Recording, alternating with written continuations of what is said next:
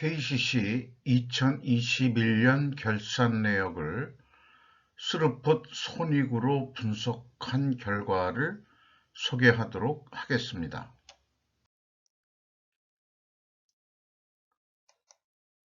먼저 주가를 보면은 33만 9,500원으로서 2020년 말보다 무려 14만 2천원이 상승했습니다. 장부 가격 대비 그렇다 하더라도 51%밖에는 되지 않습니다. 그것은 2020년 말에 거꾸로 장부 가격의 30%까지 주가가 폭락을 했었는데요. 그 원인을 보면은 분석한 결과로 보면은 아마도 인적 분할로 하락했던 거 아닌가. 인적 분할을 하면은 주식수가 쪼개지니까 그래서 손해를 볼 거다 그렇게 생각을 하는 모양이에요. 제 개인적으로는 잘 모르겠습니다만 물적 분할 때는 그 주식이 나눠지는 거는 아니라고 알고 있습니다. 근데 저건 현재로서는 주가 회복세로 보이고요. 5% 이상 주주를 보면은 정mon기 정몽익 정봉열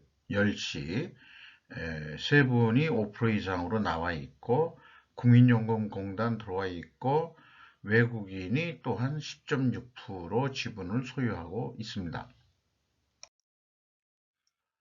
손익 내용에서 매출은 2조 3천억 원대로서 전년보다 10.4%가 증가했습니다. 그런데 매출 재료비가 무려 56.6%나 증가를 했습니다. 이것이 아마 국제 원자재 가격 등의 영향으로 보입니다.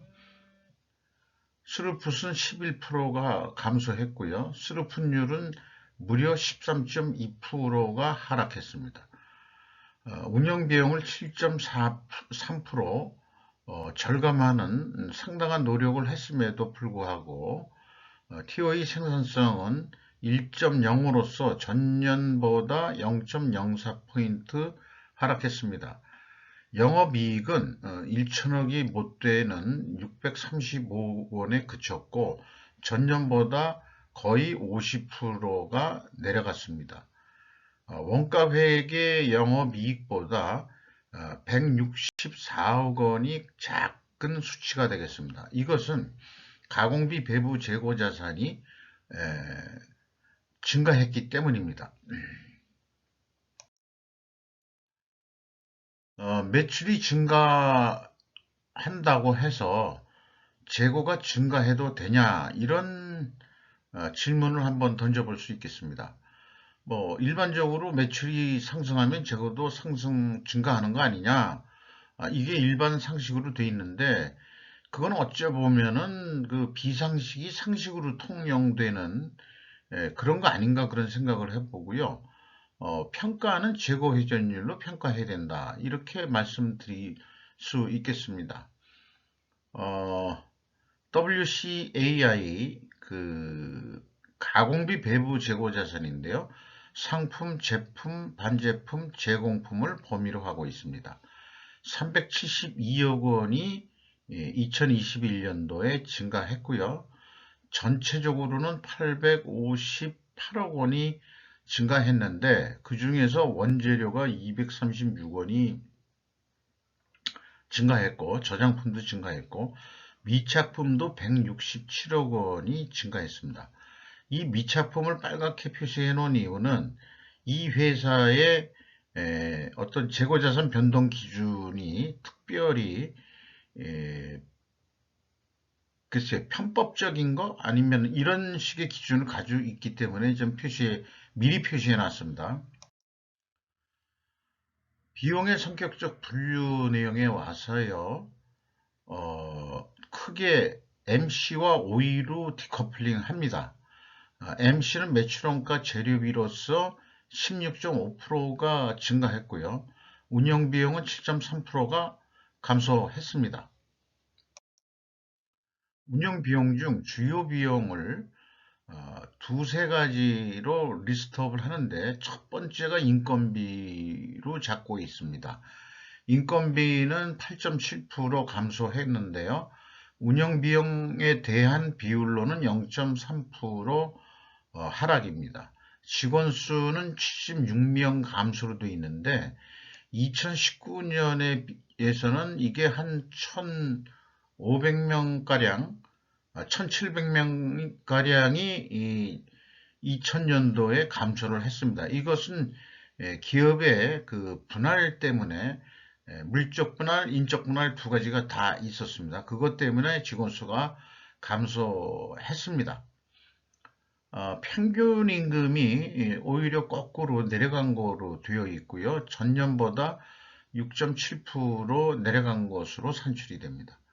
지급 수수료가 2.6% 증가했고요.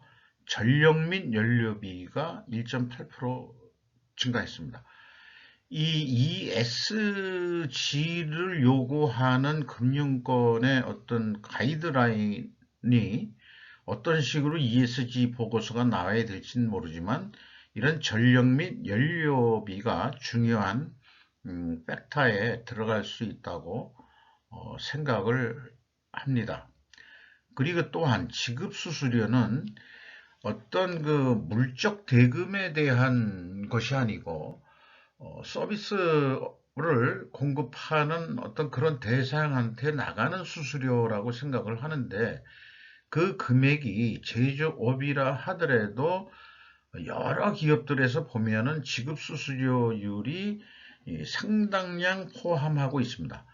그래서 현대의 그 제조업도 직영 진원들이 하지 못하는 여러 가지 각종 서비스들이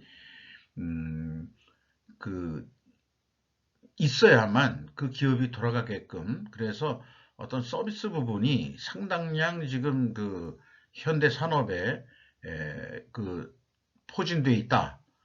그리고 상호 그런 거래 관계들이 일어나고 있다 하는 것을 느낄 수 있겠습니다. 재고자산 회계 투명성 2단계로서요. 이 좀 복잡한데요. 이 갭은 총 제조비용 차이입니다. WCAI는 일반적으로 표준적으로 가져가는 기준이고요. 비정부는 KCC가 가져가는 기준인데 그 차이가 318억 원입니다.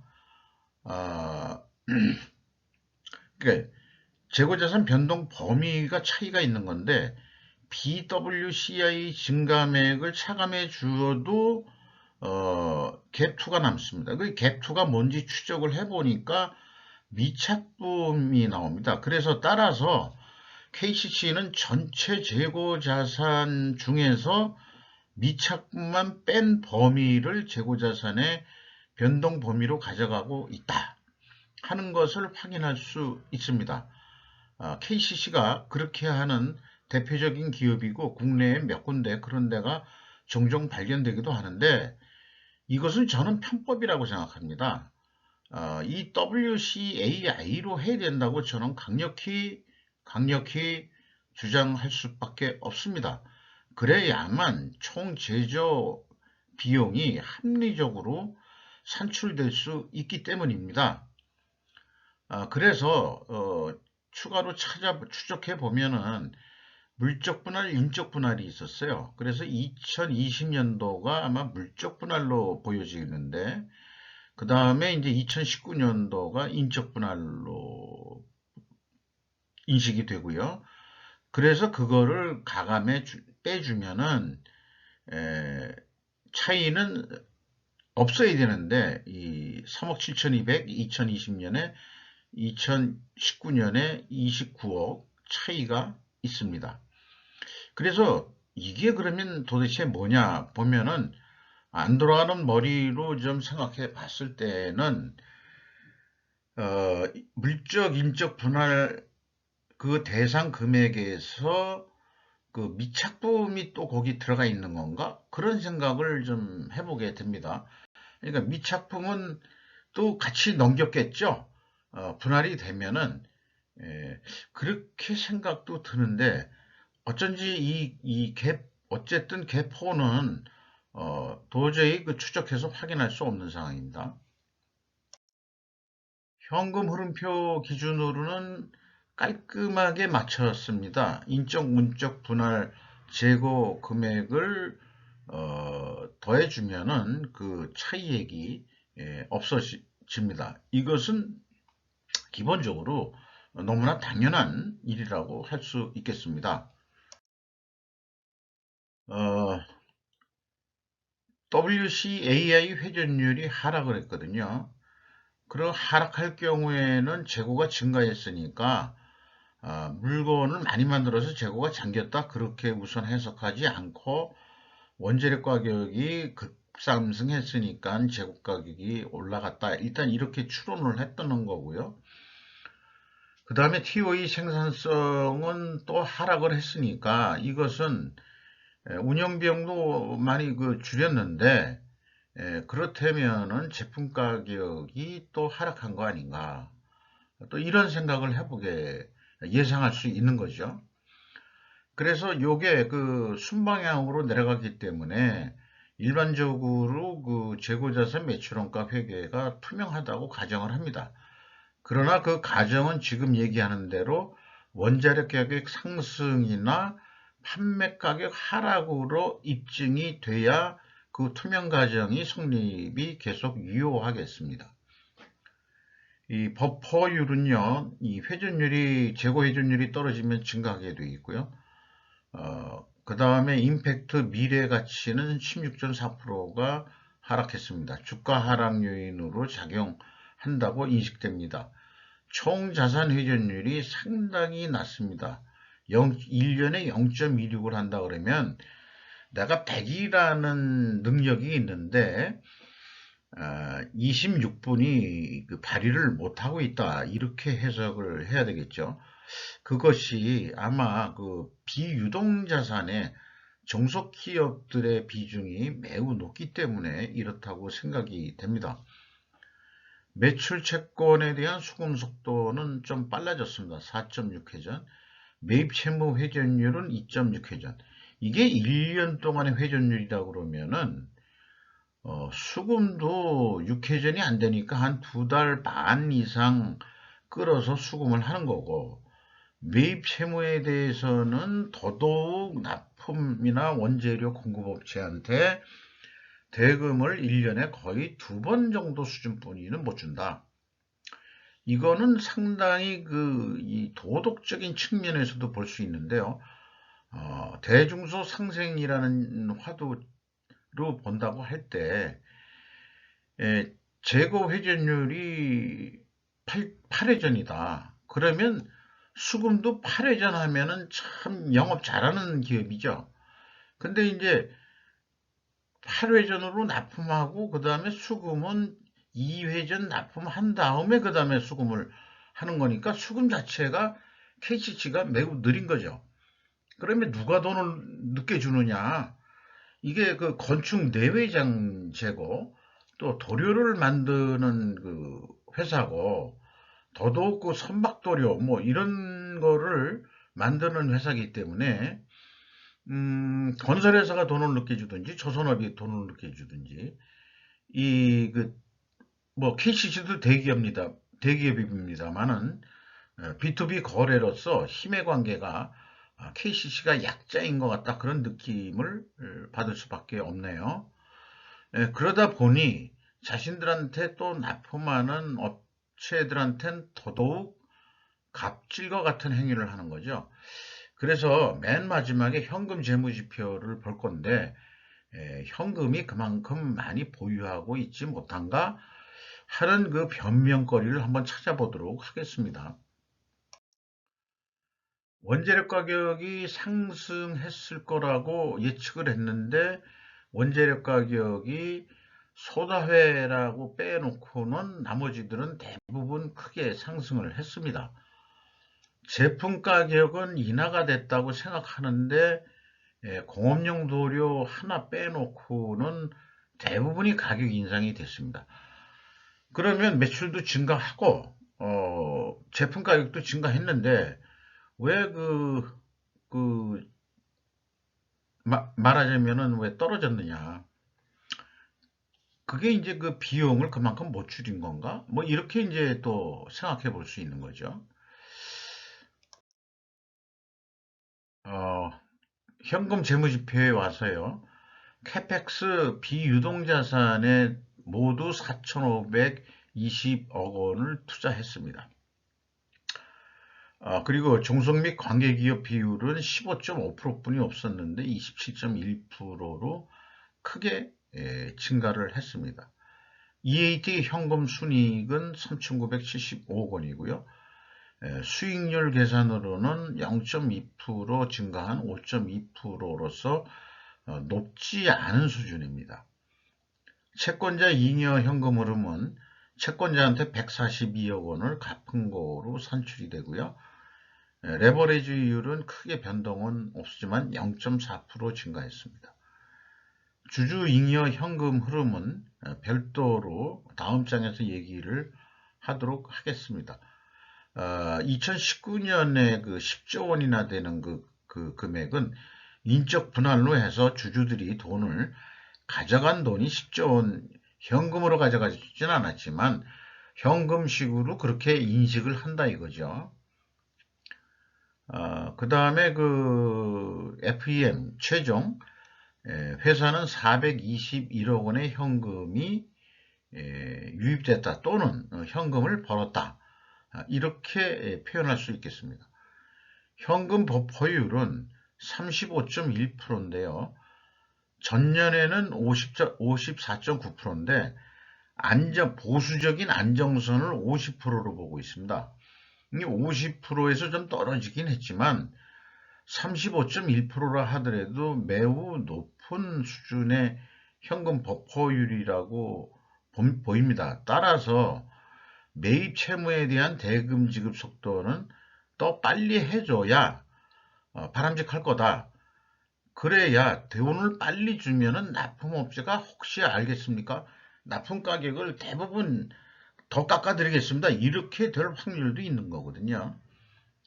그러니까 이제 비싸게 사가지고 돈 늦게 주는 것보다는 싸게 사는 대신 돈을 빨리 주는 게 더 회사한테는 당연히 이익이 되는 거겠죠.